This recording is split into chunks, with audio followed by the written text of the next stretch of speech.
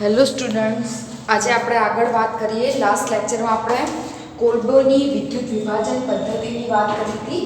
હવે આપણે એની જે મિકેનિઝમ છે કે એનોડ અને કેથોડ ઉપર શું રિએક્શન થાય છે તો એની વાત કરીએ આપણે. તો એનોડ ઉપર શું થશે કે જે એસિટેટ આયન હશે Cl3COO- એ શું કરશે, મુક્ત મૂલકમાં કન્વર્ટ થઈ જશે. મુક્ત મૂલક આપણે ભણી ચૂક્યા છીએ લાસ્ટ ચેપ્ટરમાં કે મુક્ત મૂલક કોને કહેવાય, બરાબર છે. બે ઇલેક્ટ્રોન ગુમાવશે અને શેમાં કન્વર્ટ થઈ જશે, મુક્ત મૂલકમાં કન્વર્ટ થશે અને પછી અહીંયાથી બે CH3 અને આ COO એ છૂટા પડીને શું બનાવશે, CH3 CO2. તો એનોડ ઉપર આપણને શું મળશે, CH3 CO2 મળશે અને જે CH3 મુક્ત મૂલક બન્યા હશે એ એકબીજા સાથે પ્રક્રિયા કરી અને શું બનાવશે, ઇથેન બનાવશે, બરાબર છે. તો આ પ્રક્રિયા દરમિયાન જે આ CH3 શું બને છે, અહીંયા મુક્ત મૂલક બને છે. તો એ બંને CH3 જે મુક્ત મૂલક બન્યા એ CH3 એકબીજા સાથે પ્રક્રિયા કરી અને શું બનાવશે, ઇથેન બનાવશે, બરાબર છે. કેથોડ ઉપર શું થશે, H2O ઇલેક્ટ્રોન ઇલેક્ટ્રોન મેળવશે. એનોડ હંમેશા ઇલેક્ટ્રોન આપે અને કેથોડ હંમેશા ઇલેક્ટ્રોન મેળવે, બરાબર. તો H2O કેથોડ ઉપર છે, આને ઇલેક્ટ્રોન ગુમાયા, આ ઇલેક્ટ્રોન શું કરશે, મેળવશે. અહીંયા બે આપણી પાસે એસિટેટ આયન હતા, એક એસિટેટ આયન એક ઇલેક્ટ્રોન ગુમાવે તો બે એસિટેટ આયન કેટલા ઇલેક્ટ્રોન, બે ઇલેક્ટ્રોન ગુમાવશે. એટલે અહીંયા બે ઇલેક્ટ્રોન ગુમાયા અને અહીંયા પાણીનો અણુ છે ઇલેક્ટ્રોન મેળવશે અને OH- વત્તા H મુક્ત મૂલકમાં એનું કન્વર્ઝન થશે. તો આ બંને H મુક્ત મૂલક જે બને છે એ H મુક્ત મૂલક એકબીજા સાથે પ્રક્રિયા કરી અને શું બનાવશે, H2. આ બંને એની પાસે ઇલેક્ટ્રોન છે, આ બંને ઇલેક્ટ્રોનની ભાગીદારી કરી અને આ રીતે હાઇડ્રોજન વચ્ચે બંધ બનશે એટલે શું બનશે, H2 અણુ બનશે. તો આ પ્રમાણે કોલ્બે વિદ્યુત વિભાજન પ્રક્રિયા છે એ જોવા મળે છે એનોડ અને કેથોડ ઉપર.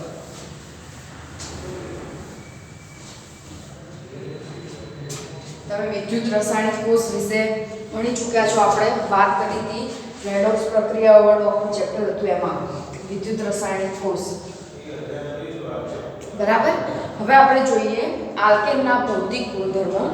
તો આલ્કેન અણુમાં કાર્બન અને કાર્બન હાઇડ્રોજન બંધની સહસંયોજક લાક્ષણિકતા તથા કાર્બન અને હાઇડ્રોજન પરમાણુની વિદ્યુત ઊર્જામાં ઓછા તફાવતને કારણે મોટા ભાગના જે આલ્કેન છે એ કેવા હશે, અધ્રુવ્ય. મતલબ કાર્બન અને હાઇડ્રોજનની વિદ્યુત ઊર્જામાં કોઈ એટલો ખાસ ડિફરન્સ નથી જેટલો કાર્બન અને ઓક્સિજન, કાર્બન અને ક્લોરીન વચ્ચે છે, બરાબર. એટલા માટે એના વચ્ચે કોઈ ધ્રુવ્યતા ઊભી થતી નથી. માટે આલ્કેન સંયોજનો એ કેવા હોય છે, અધ્રુવ્ય હોય છે અને એમના વચ્ચે નિર્બળ વાન ડર વાલ્સ આકર્ષણ બળ રહેલું હોય છે, બરાબર છે.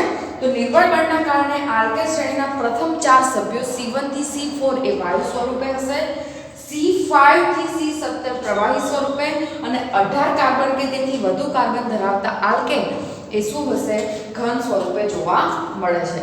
તેઓ રંગવિહીન અને વાસવિહીન હોય છે. આલ્કેન સંયોજનોના અધ્રુવ્ય સ્વભાવના આધારે તેઓની પાણીમાં દ્રાવ્યતા કેવી હશે, અધ્રુવ્ય સંયોજનો હંમેશા અધ્રુવ્યમાં જ દ્રાવ્ય થાય. જેમ કે પેટ્રોલ છે એ હાઇડ્રોકાર્બનનું મિશ્રણ છે અને એ આપણે શેમાં ઉપયોગ કરીએ છીએ, વાહનોની અંદર. પેટ્રોલ અને પેટ્રોલિયમના નિમ્ન ઘટકો કપડા પર રહેલા ગ્રીસના ડાઘને દૂર કરવા માટે ઉપયોગી છે. તો તમે આના આધારે શું સમજશો કે જે આપણો આલ્કેન છે એ કેવો છે, જળ વિરાગી, મતલબ પાણીમાં દ્રાવ્ય થશે નહીં. મતલબ અધ્રુવ્ય વસ્તુ હોય હંમેશા અધ્રુવ્યમાં દ્રાવ્ય થાય, જ્યારે પાણી એ ધ્રુવ્ય છે. એટલે ધ્રુવ્ય વસ્તુ જે હશે, જેમ કે મીઠું એ ધ્રુવ્ય છે NaCl, તો એ પાણીમાં દ્રાવ્ય થશે, બરાબર. પણ આપણો આલ્કેન છે એ અધ્રુવ્ય છે એટલે પાણીમાં દ્રાવ્ય થશે નહીં.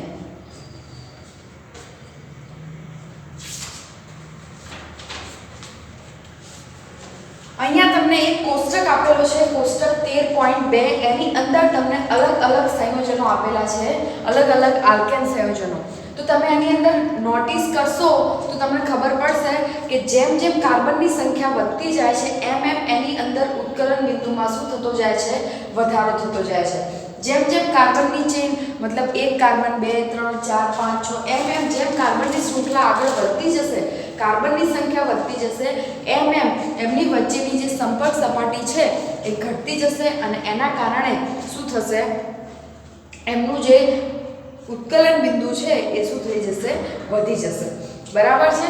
એની કમ્પેરમાં જો એવું થાય કે શાખા વધતી જાય, આ સીધી શૃંખલાની વાત છે, પણ જો કાર્બનની અંદર અહીંયા નીચે આ પ્રમાણે શાખાઓ વધતી જશે તો જેમ જેમ શાખા વધશે એમ એમ ઉત્કલન બિંદુ ઘટશે.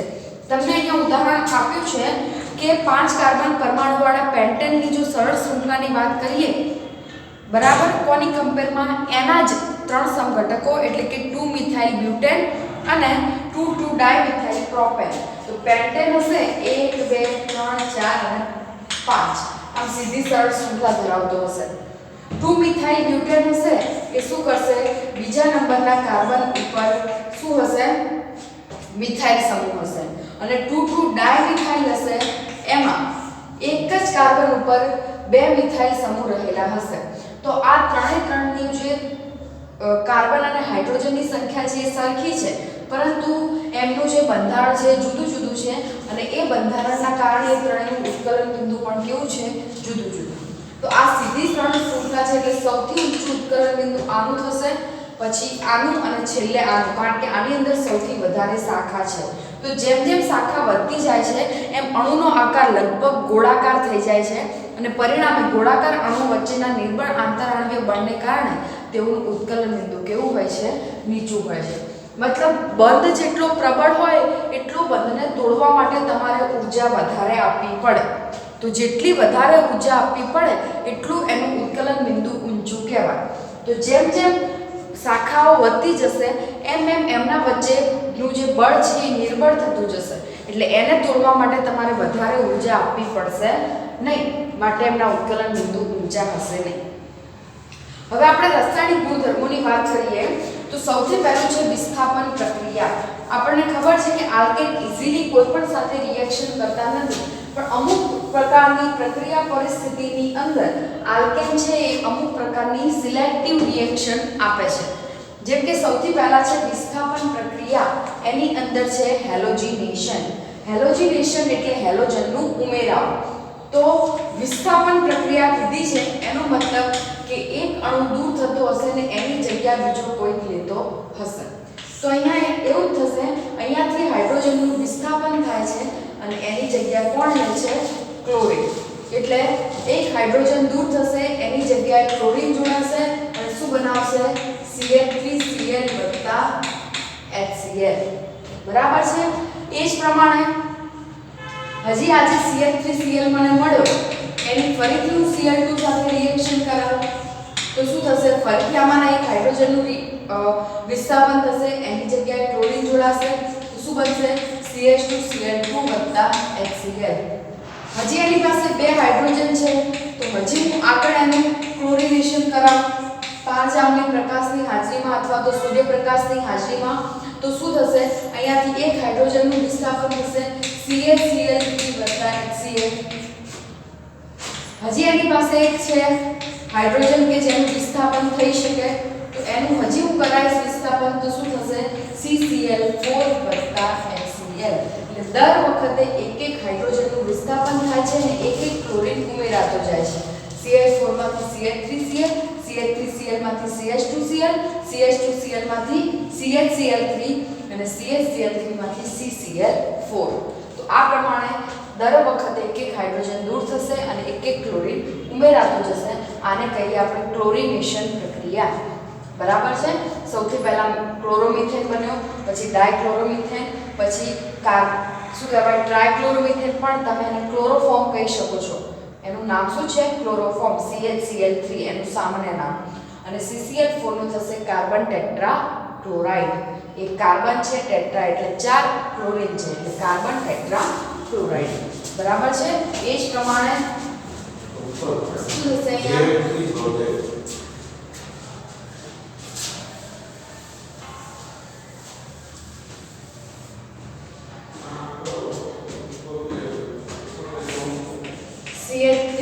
CH3 Cl2 સૂર્યપ્રકાશની હાજરીમાં રિએક્શન કરાવો તો શું થશે? અહીંયાથી એક હાઇડ્રોજનનું વિસ્થાપન થઈ શું બનશે?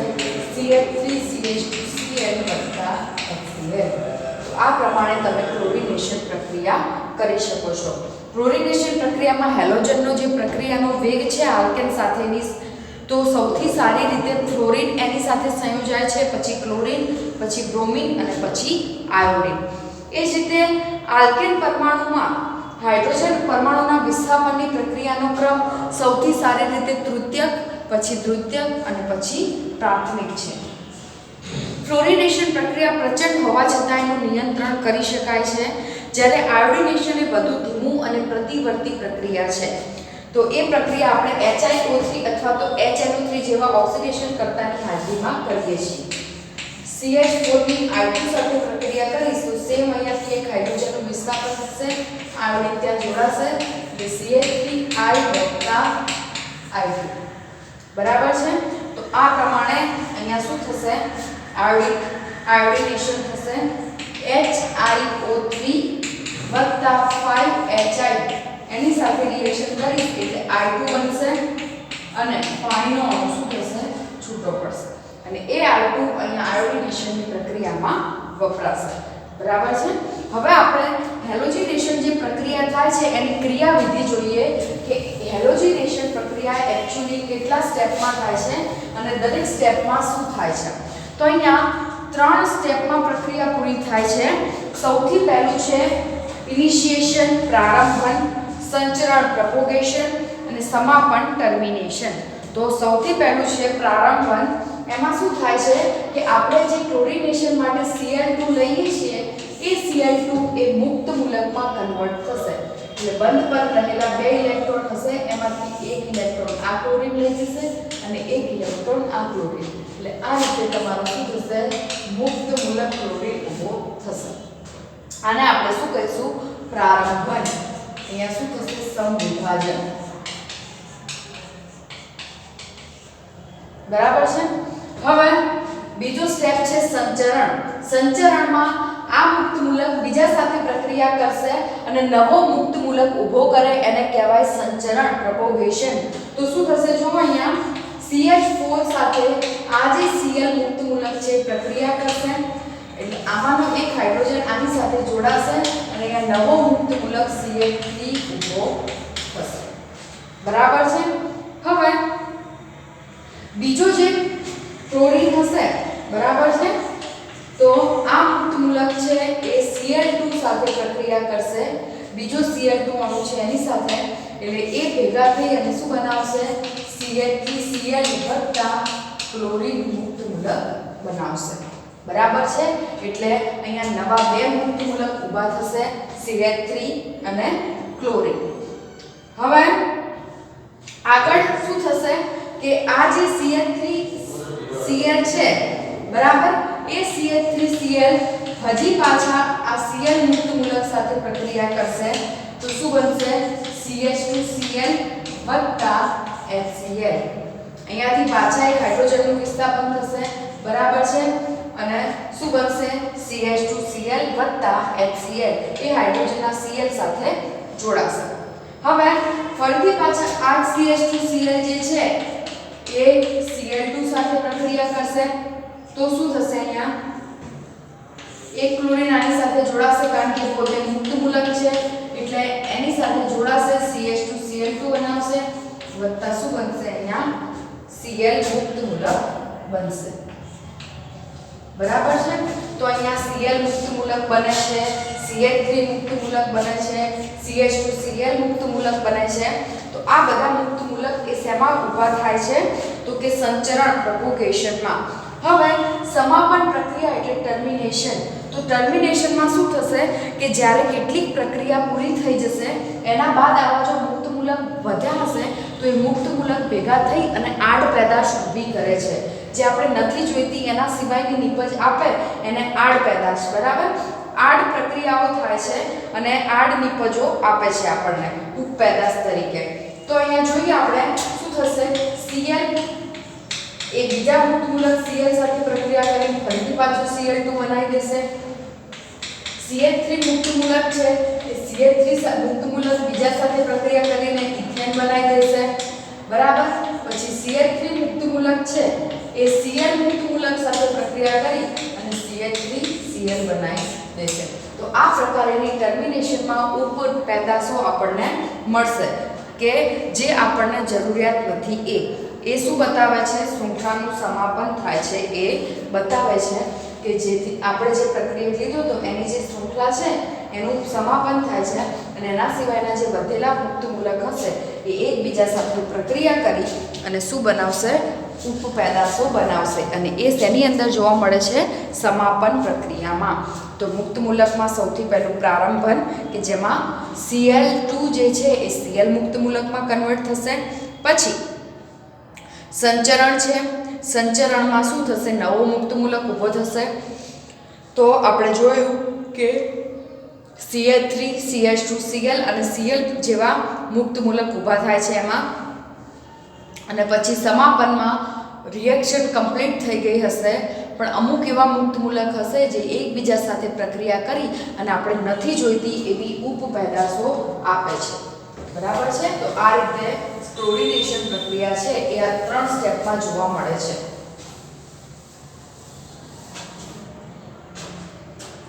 આગળ છે દહન. તો હાઇડ્રોકાર્બન એટલે કે આલ્કેન સંયોજનો જે છે એનું દહન આપણે હવા અને ડાયોક્સાઇડની હાજરીમાં ગરમ કરવાથી એમનું સંપૂર્ણ ઓક્સિડેશન થઈ કાર્બન ડાયોક્સાઇડ અને શું બને છે? પાણી બને છે, બરાબર છે. તો જેમ કે અહીંયા શું થશે? CH4 2O2 એની રિએક્શન થાય એટલે કાર્બન આ ઓક્સિજન સાથે પ્રક્રિયા કરી અને કાર્બન ડાયોક્સાઇડ વત્તા શું બનાવશે? પાણી બનાવે છે, બરાબર છે. તો શું થશે? અહીંયા એની જે ઊર્જા ઉત્પન્ન થાય છે જ્યારે આ CH4 મિથેનનું દહન થાય છે ત્યારે લગભગ 890 કિલોજૂલ પર મોલ જેટલી ઉષ્મા ઉત્પન્ન થાય છે.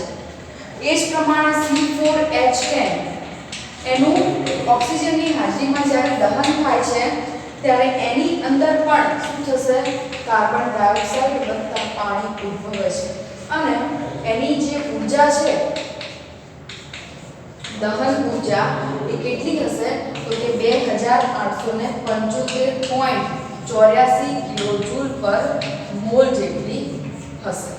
તો આ પ્રમાણે જ્યારે કોઈ પણ આલ્કેનનું દહન થાય છે ત્યારે એની અંદરથી અધિક માત્રામાં આપણને ઉષ્મા મળે છે એટલે એનો ઉપયોગ આપણે ઈંધણ તરીકે કરીએ છીએ. અપૂરતી હવા અને અપૂરતો ઓક્સિજનના કારણે આલ્કેન સંયોજનનું અપૂર્ણ દહન થાય છે અને આ પ્રક્રિયા દરમિયાન કાર્બન બ્લેક નામનો પદાર્થ ઉત્પન્ન થાય છે. જે આપણે લાકડું સળગાવીએ ત્યારે એની અંદર જે કોલસા સ્વરૂપે કાઠો પદાર્થ રહી જાય છે એનું રીઝન એ છે કે ત્યાં એનું અપૂર્ણ દહન થાય છે, બરાબર. એટલા માટે ત્યાં શું થશે કે રખ્યા અને કોલસા ઉદ્ભવે છે. જો સંપૂર્ણ દહન થતું હોય તો સહેજ પણ પ્રદૂષણ ના થાય અને ત્યાં કોલસો બચે નહીં. જેમ આપણે ઘરમાં જે ગેસ યુઝ કરીએ છીએ, બરાબર છે, તો એ ગેસ જે છે એ પૂરેપૂરું સંપૂર્ણ દહન થાય છે એટલે કે ના એમાં ધુમાડા નીકળે છે ના એમાં આપણા તપેલા કાળા થાય છે. તો એ જે દહન થાય છે એ સંપૂર્ણ દહન કહેવાય, બરાબર છે. તો જેનો ઉપયોગ આપણે કાર્બન બ્લેક ઉત્પન્ન થાય છે જેનો ઉપયોગ આપણે શાહી, પ્રિન્ટરની શાહી તથા કાળા વણકોના ઉત્પાદનમાં કરીએ છીએ. ઉપરાંત કાર્બન બ્લેક કેટલાક સ્થાનોએ પૂરક પદાર્થ તરીકે પણ ઉપયોગમાં લેવાય છે.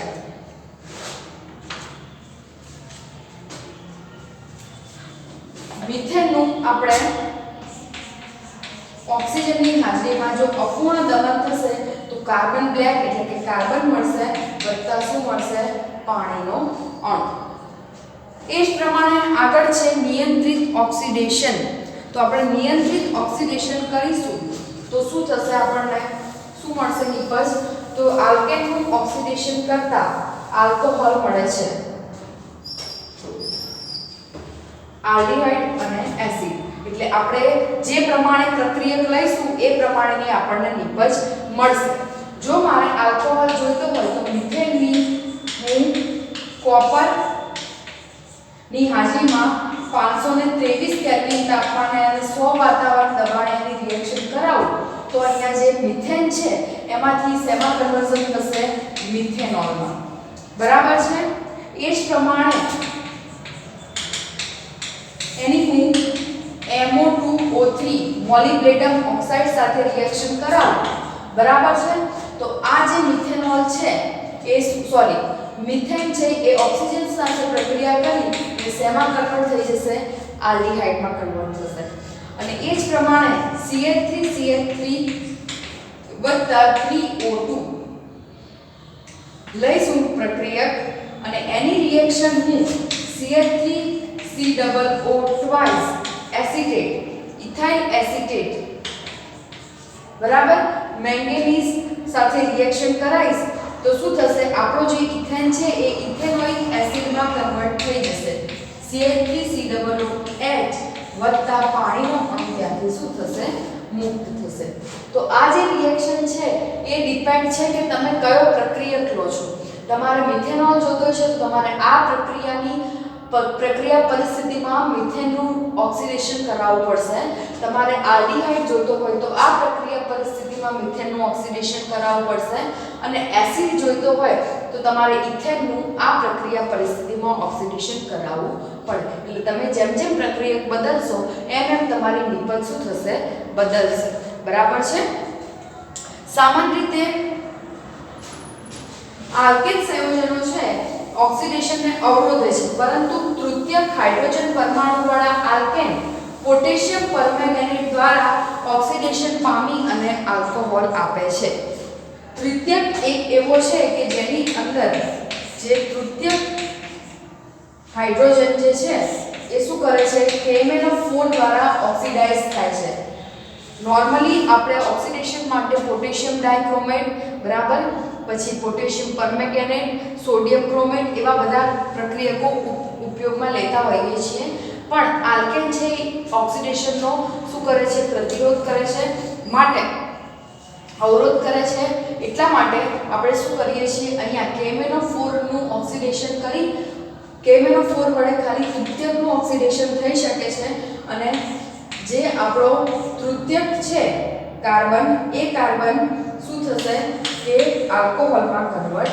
થશે તો અહીંયા શું થશે એક ઓક્સિજન ઉમેરણ થશે અને એ શેમાં કન્વર્ટ થઈ જશે આલ્કોહોલમાં કન્વર્ટ થશે પછી આગળ છે સમઘટકીકરણ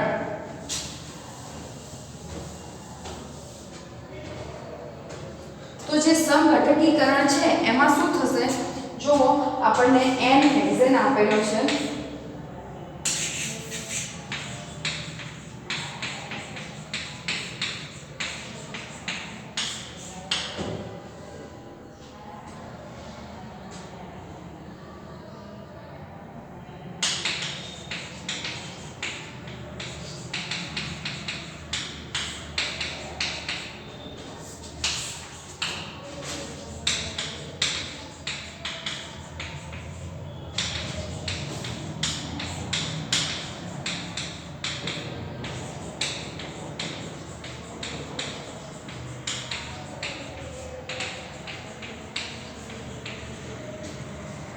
તો અહીંયા શું થશે જો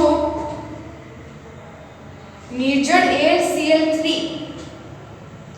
ની હાજરીમાં આપણે N હેક્સેનનું સમઘટકીકરણ કરાઈશું તો N આલ્કેન સંયોજનોને આપણે ગરમ કરીશું તો તેઓ સાખી શૃંખલામાં સમઘટીકૃત થાય છે મુખ્ય નિપજ નીચે સમીકરણ દર્શાવેલી છે અને કેટલીક અલ્પ માત્રામાં પણ બીજી નિપજ શક્ય હોય છે જેના વિશે તમે વિચારી શકો છો સામાન્ય રીતે કાર્બનિક પ્રક્રિયામાં અલ્પ પ્રમાણમાં મળતી નિપજોને દર્શાવવામાં આવતી નથી પ્રક્રિયાઓમાં જે મુખ્ય નિપજ મળે છે એ નિપજોને જ આપણે દર્શાવીએ છીએ જે અલ્પ પ્રમાણમાં નિપજ મળે છે એના વિશે આપણે વાત કરતા હોતા નથી તો અહીંયા શું થશે જો આપણે N હેક્સેન લીધો છે એ N હેક્સેનની હું રિએક્શન કરાવું તો મને શું મળે છે જો 2 મિથાઇલ પેન્ટેન મળે છે એટલે પહેલા CH3 પછી શું લખીશું CH એની જોડે એક CH3 જોડાશે પછી શું બનશે ત્યાં CH2 twice અને પાછા શું મળશે CH3 તો આ જે છે એમાં કેટલા છે કાર્બન 1 2 3 4 5 અને 6 પણ અહીંયા સમઘટક બને છે, n હેક્સેનમાંથી શું બને છે, એનો સમઘટક બને છે. કાર્બન તો 6 જ છે, પણ એ શેમાં કન્વર્ટ થઈ જશે, શાખામાં. એટલે કે આમાંનું એક મિથાઇલ ક્યાં આવી જશે, શાખામાં આવી જશે, બરાબર છે. અને CH2 માંથી અહીંયા જે હાઇડ્રોજન છે, CH2 કેટલા છે, 4 છે. હવે અહીંયા CH3 આવે તો અહીંયા CH2 હોય તો એક હાઇડ્રોજન શું થશે, આ CH2 લઈ લે તો એ શેમાં કન્વર્ટ થઈ જાય, CH3 માં. એટલે ઇન શોર્ટ ત્યાં કાર્બન અને હાઇડ્રોજન, કાર્બનની જે ચતુઃસંયોજકતા છે એને પણ આપણે ધ્યાનમાં લેવાની છે. CH2 4 હશે પણ એમાંથી એક CH2 અહીંયા CH3 સ્વરૂપે કન્વર્ટ થઈ જશે, બરાબર. અને CH2 માંથી એક CH સ્વરૂપે કન્વર્ટ થઈ જશે. હવે બીજો પણ એક સમઘટક બને છે, શું થશે, અહીંયા CH3 CH2 CH CH3 CH2 CH3. અહીંયા પણ કાર્બનની સંખ્યા કેટલી છે, જુઓ તમે, 6 કાર્બનની સંખ્યા છે. અહીંયા બીજા નંબરના કાર્બન ઉપર CH3 જોડાયો તો બાજુનો જે સમઘટક બન્યો એમાં ત્રીજા નંબરના કાર્બન ઉપર CH3 જોડાય છે. તો આ પ્રમાણે શું થશે, અહીંયા સમઘટકીકરણ થાય છે, બરાબર છે. તો આલ્કેન સંયોજનો છે એ સમઘટકીકરણ જેવી પણ રિએક્શનો આપણને આપે છે. પછી છે એરોમેટિકીકરણ.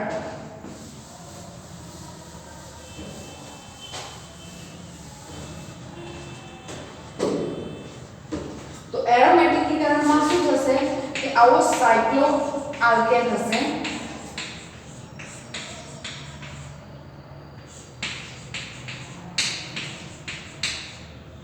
તો અહીંયા methane, ethane, propane, butane, pentane અને હેક્સેન લીધો છે આપણે.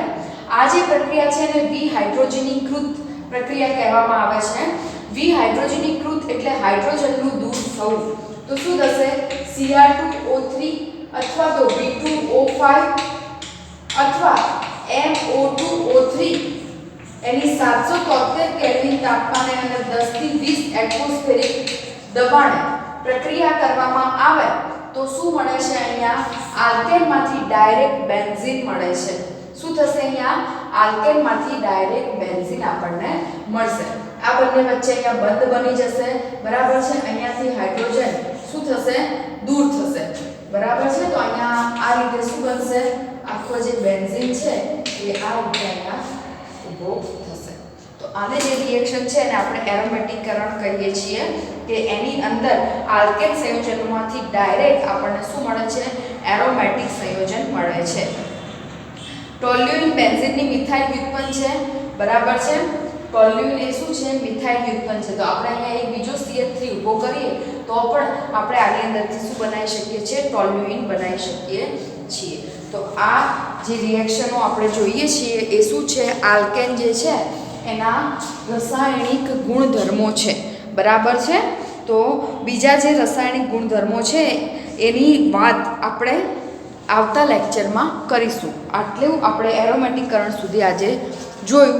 બીજું આપણે નેક્સ્ટ લેક્ચરમાં વાત કરીશું.